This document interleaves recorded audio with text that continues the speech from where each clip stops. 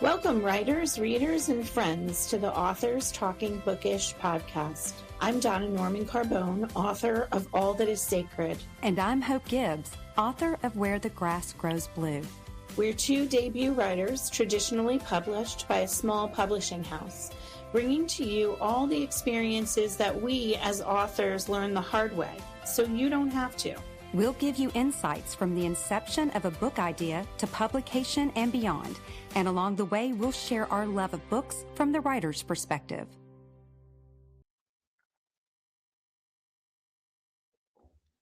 Hello, friends. Welcome to episode 65. Today, we're talking about the right path, conquering writer's block and writer's burnout.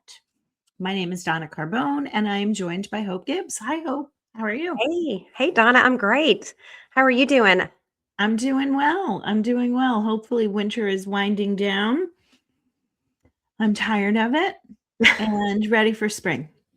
Well, the groundhog did see his shadow, so I'm not going to think it is spring until at least late April, because we can get really warm weather in March and thinking, oh, winter's gone, and then we get hit again. So yeah, same here in the Northeast. What are you reading these days?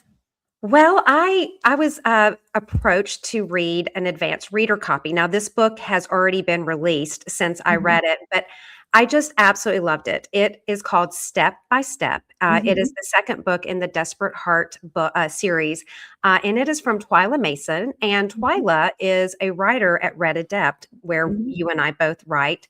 And she reached out to see, if people would be willing to give a blurb, and I said I would. And it is such a good book. It is about second chances, and not just a second chance at love. It's about a second chance at life. And the main character, she is newly sober, and she is feeling a lot of anxiety about, her past, because she's this artist and she's got a great opportunity to paint a mural in Chicago that could really change her life. And the characters are real. That's the thing, because when I wrote in my blurb, I talked about the authenticity of these characters. They really felt fleshed out, and it's just a great book. I highly suggest. I mean, it's romance a little bit, but it also touches on some very, very hard topics. I mean, the main character had a hard childhood, and but because the characters are so authentically written, it makes you care about them even more. So congratulations to Twyla, and I hope everyone will go and grab it. They've got a paperback, and also you can get it on Kindle Unlimited. Awesome. Sounds like a great book. It is. So what about you? It's connectable. Well, you mentioned the idea of authenticity. I have been reading books to help me with my most current developmental edit for my new book, The Echoing Past. So I actually reread both of these. I've read them before. Many Lives, Many Masters, which is about hypnotherapy by Dr. Brian Weiss, and A Writer's Diary by Virginia Woolf. And the reason that I reread these is because there is a past life component in my book. And that's what Brian Weiss's work is on. So if you're interested in past lives, he does a lot of case studies in there, which I took that as like a model of some of the terms that I want to use and kind of the procedure that I use in my book. And then in terms of Virginia Woolf's diary, first of all, I'm a huge Virginia Woolf fan. So I take every opportunity to reread her books, but there is a character in the early 19th century the early 20th century, who I needed just to kind of get like a cadence of language during that time. I know from teaching that Victorian language is, lots of flowery words and complex sentences. And I really just wanted to reread that to put me in the mindset when I had to write out a portion of the book from that character's perspective. So yeah, sometimes we read for work. Yes, I actually read a book when I was on vacation during Christmas, and the way that she writes, the way she composes her sentences, and how she has the world building, I was inspired. I will Mm, say it definitely helped me because I'm like, I want to write a sentence like that. yeah. And so I'll talk about that book on our next podcast. But that's a great lead in to what we're getting ready to discuss today. Mhm, Today we're going to talk about what the difference between writer's block, which I think most people have heard of. I've mhm, experienced it. And then another thing called writer's or author's burnout. mhm. Kind of, I'm kind of struggling with currently. I have been for the past few months. And we're going to talk about the differences and what they are and signs to look out for, but 10 ways that could possibly help get you out of a writer's block, or in my case, like a author burnout. So, Donna, why don't you start? What is the definition of a writer's block? So, writer's block is the temporary inability to produce writing for various reasons. Um, Sometimes it's because you have high levels of perfectionism, you're afraid to fail, you're not sure where your story's going, or maybe there are external distractions that are pulling you away from your story. Writer's block is very common, and a lot of writers will look at a blank page and not know where we're going. Um, but it's usually temporary. It's usually something that we can get ourselves out of. Have you ever experienced writer's block? You know, I think in thinking about the topic for this podcast, I think sometimes I rarely stare at a screen because I have a method that is pretty foolproof. And I know I've mentioned it before, but I'll share it again for anybody who hasn't heard it. I don't ever end a writing session at the end of something where I don't know where the scene is going next. Um, and I do that so when I'm like eager to get back into the writing, which I can do pretty easily because I know exactly where it's going. And then you kind of get into this flow. So I think that really helps alleviate writer's block in terms of staring at the screen. Yeah. But there have been times that I've kind of been between a writer's block and a writer's burnout where I have to kind of walk away from a project for a little while in order to revisit it. Um, and, I think experiencing some of the burnout characteristics that you're going to share with our readers now. Yeah. So we talked about writer's block. So this is what a writer's burnout will be kind of like. It's more of a chronic state of mental, emotional, and kind of physical exhaustion, um, resulting from maybe stress or demands related to writing. You can also it's pressure to meet deadlines or lack of a life balance where you're thinking too much about writing and your home life might not be where you want it to be, and a lot of lack of breaks. It can be a longer recovery time than what we're talking about with the writer's block, and it requires kind of reevaluating your writing habits. There can be some fatigue with it. You can have disinterest of writing, actual anxiety about writing. You can have headaches and insomnia, and it's more common than most people even admit to. And I am here to admit I've not had insomnia or headaches, but Mm, I have had some extreme anxiety about my second book. It's finished. I have been very close with it. I don't let people read it, but I didn't with my first book just because I didn't have a community.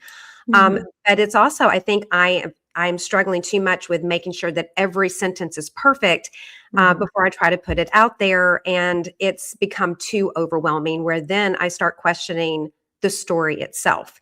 And I have all these ideas. Mm, It's almost like a crippling thing. I can find something else to do other than mhm, sit down and writing. And it's something that I have been struggling with. And when you suggested this episode, and I'm mm, kind of the lead researcher on this one, mm. um, I think it's really helped me because it made me start looking for solutions instead of my solution is procrastination. Yeah.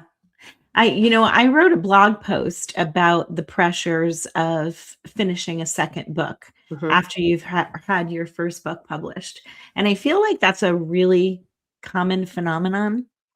because I think, you get this book published, which you weren't sure you were going to do. So Yes. everything is wonderful and icing on the cake. And then you start working on your second book and you're like, oh my God, like, was I a one-hit wonder? Is this Yeah. going to measure up? I need to make sure this is better than the first. Are Yes. my readers going to like it because maybe it's different than the first? So you're right. Like there's so much I think weighing on authors' shoulders, especially between the first and the second book. Yeah. And I'm not having as much of that between the second and the third. I will. Well, with my first book, and with I think a lot of authors, you're writing your first book, people really don't know what you're doing. But No. then now that you have, I have a website, I have Instagram, I have this, it definitely has put the pressure on. And so I knew deep down, and I think you knew deep down, that I have been hesitant about my second book. Mhm. And I think that's one reason you might have suggested this. But when I started looking into it, it is a real thing. And it's Yeah. not something to be ashamed of. It No. happens to lots of people. So there are some warning signs. Do you want to talk about some warning signs to look out for, Donna? Sure. Persistent fatigue, both mental and physical, affecting your productivity. A lack of interest in current writing projects, leaving you uninspired. Fear of failure, that the bars you form are even starting to be unattainable. And then the last one is reluctance to share your work or engage with other writers. Yeah. And I can go check, check, Yeah. check, check. And Yeah. again, it's not debilitating. I'm still writing in other forms and fashion, but it is something that has taken me. It's been something I wasn't expecting. Yeah. But as with anything, with a problem, there are solutions.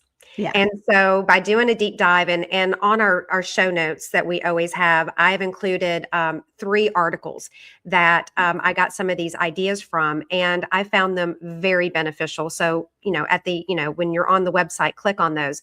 The first solution, because, that's something that, we're praying that does happen, is just to take a break. And unfortunately, I've taken a little bit too long of a break, but just step away, allow yourself a hiatus, recharge, and find some things that bring you joy.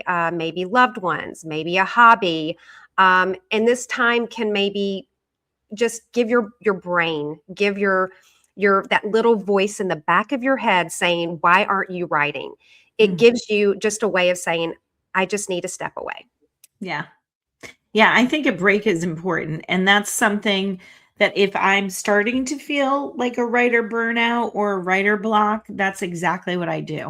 I take a break. Maybe I read a book. Maybe I start a different writing project. Um, a break is definitely necessary for me in my writing routine. Yeah.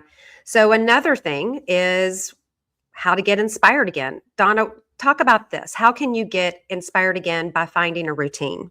Yeah, I think a routine that works for you. It's funny, we talked in our last episode with an author, Linda Rosen, who admitted that she has no writing routine. And I really wouldn't say that I have a writing routine, although I go through periods of having a writing routine. So when I got these developmental edits back from my third book, I came home almost every single day after school and worked for an hour or two. And then on the weekend, I try to get like maybe up to 4 hours in a day. It depending on my social schedule, I'm not super strict on the weekends, but I always write at least one day. So I do go through periods of scheduling, but I also allow myself grace to step away from it and live. Yeah. Yeah. So another idea that can help you is shake up your environment. Now, I have done this before, and I it does help me by not just writing where you normally do. Maybe go to a cafe or go outside, go to a park, or if you're near a beach, go somewhere different. Just a different sense, an environment shake up can inspire you. And I will say that when I do write, sometimes I will go to a restaurant or like a place where I can have a cup of coffee, and it does help. Yeah. And there are studies that do suggest that writing in a busy environment can help you focus. And so I also like to write outside. If I could be at a beach, that's one of my favorite Mm. places to write. Do you ever shake up your writing environment? Yeah, I absolutely do. I'm with you. I think my two favorite ways to do this are at a beach. I can always write with the beach. It is so inspiring to me in so many ways. But another thing is, I've often gone away with my family, whether it's, my husband is skiing or we go to Disney World. And, like I just need a day to decompress. So I'll always stay behind for a day and give myself a writing day Yeah. in the hotel or, wherever we are, and let them go ahead and enjoy the day. Yeah. So yeah, anything like that I'm up for too. I've always been inquisitive about people who say that they rent a hotel room for a weekend and go and just do like a writer's retreat for themselves. I've always thought about doing that and I haven't, but I would like to. I'm very curious about it. I like that idea. Okay, how about this idea? Engage with other creative works. Perhaps watch movies that might inspire you, or binge watch a TV series. Maybe some music, some compelling music, or even visit an art gallery or a museum. You could try needlepoint or go to the kitchen and try out new recipes. Just a different artistic way of inspiring you. And I will say, I have been inspired by some TV shows that I have Mm. recently been watching, and I'm like, "Oh, what if I write something in that genre?" And it really can. I know, people say, "Oh, don't watch TV. It'll turn your brain to mush," but it really has inspired me. A couple of shows. One is called Best Medicine. It's on Mhm. Fox. It's a sweet little, fish out of water story with a little romance. It's just so happy and with a little snark, and I'm like, "Oh, I like that." Mm. Yeah. I'm always inspired by things I watch on TV and movies. I always think about, I don't know, Harlan Coben is not somebody that I read. I'm not really a mystery slash thriller writer, but I do like, I've watched two of his TV shows, two of his adaptations. The most recent was Runaway, but I always find myself very curious about taking like little pieces of his work and kind of weaving it into mine. So my next book has a little Harlan Coben-esque sort of, Oh, I don't know, feature to it, I think, because I was inspired by those two shows. I love that. Yeah. Okay, so how about you take this next one? Sure. Free write. Give yourself permission to write without constraints. I do this all the time. If I have a hard time, whether it's writer's block or writer's burnout, I step away. I write in my journal. I write a blog, or I write something very uncharacteristic of the kinds of novels that I write, just to kind of exercise my writing brain, but not feel like it's work. And I watched an interview with Virginia Evans, who is the author of The Correspondent, which is getting so much buzz Yeah. lately. And I think she was interviewed by Katie Couric, if I'm not mistaken. But she said that her book, The Correspondent, was a palate cleanser. And Mhm. I absolutely love that term. I wanted to share it with our listeners. She started it because she felt like she was stuck in a rut. And so she started kind of imagining this character writing letters to and then receiving letters from other people. And it kind of came together, and she gave it to her agent and said, I don't think you're going to like this, but just take a look at it and see what you think. And her agent absolutely loved it. And it's on all the bestseller lists. I've read it and it's amazing. I've only heard really good reviews about it. So I thought that idea of a palate cleanser is really interesting. And you may start off with a palate cleanser, something that you have no intention of publishing, that may become a great work like this one. Yeah. So that's a great idea. Another idea is to set smaller goals, baby steps. Don't overwhelm yourself with the expectation of writing an entire chapter or an article. Focus on something smaller, something maybe, again, just writing for 15 minutes or just a single paragraph. So don't think, oh, I have to finish a chapter or I need to be at this word count. I think word counts, especially if you're going through burnout like I am, if I'm sitting here saying, oh, I have to have 2,000 words a day, it might as well be 20,000 words a Yeah. day. So I do Well, like let's just write a paragraph. Let's just write a sentence. yeah. I think when you put a limit on yourself like that, sometimes it's beneficial, but I think most of the time you're thinking more about getting to the word count than you are like the creative Yeah. process, which is what we love so much about writing. So I think that that is, can, yeah, limit you. Definitely. I can see that.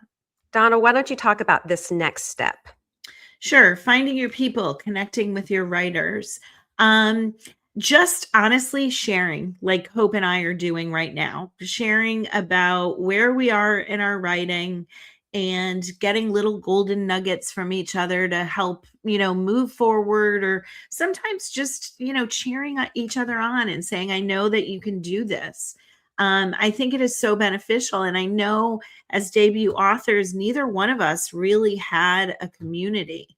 And so we've said it over and over again, like how important community is. And we have developed a community along the way. And that's something that I really think would be beneficial. Yeah.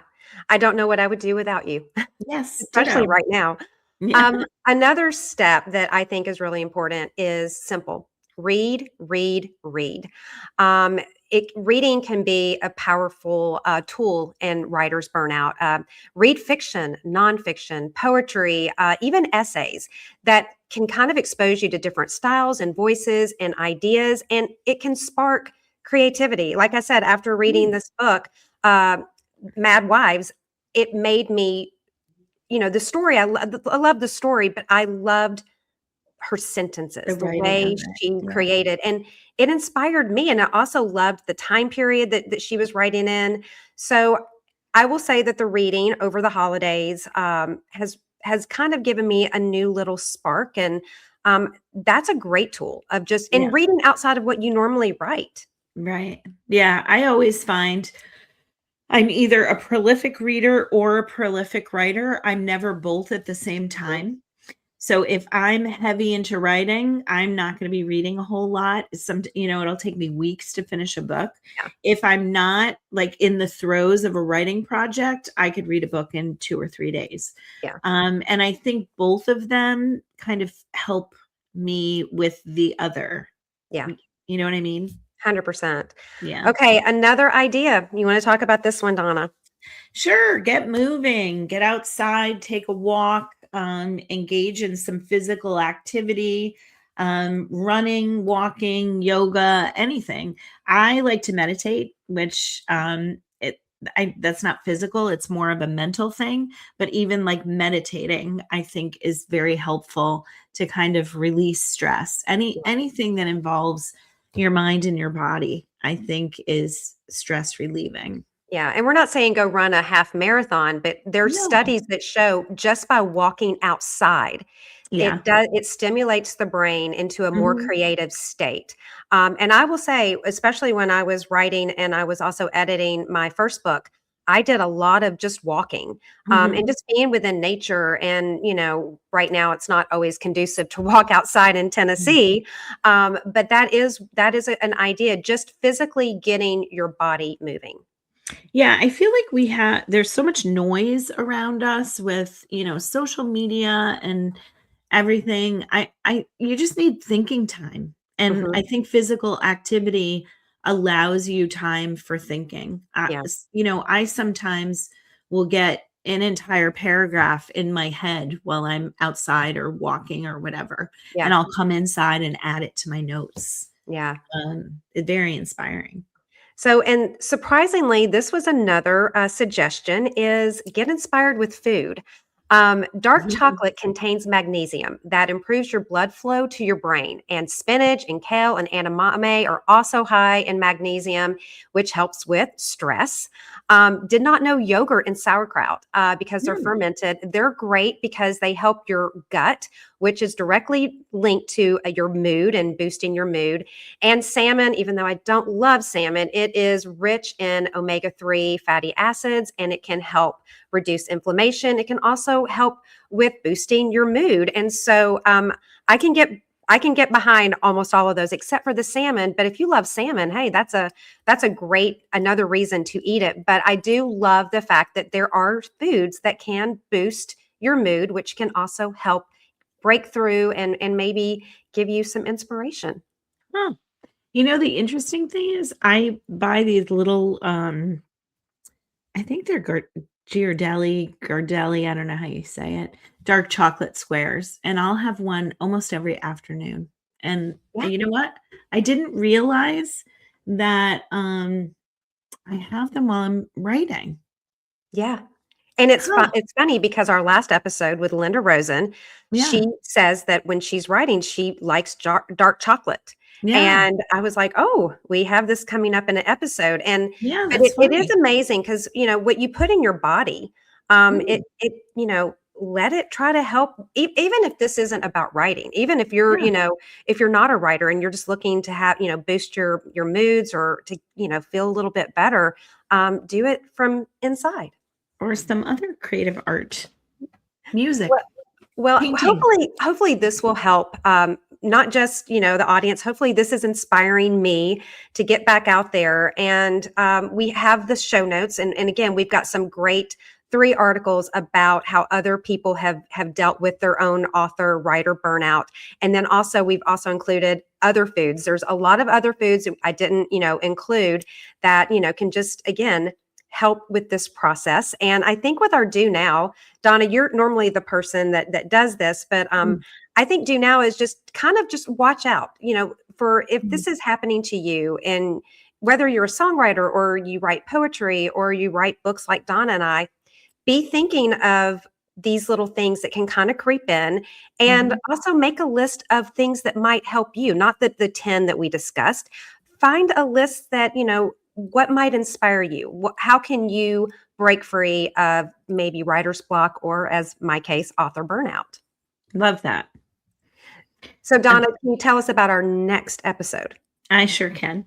So, our next episode, we're going to explore a variety of genres and what is distinct to them to help readers, figure out which genres that they should be drawn to and to help writers decide what they want to write.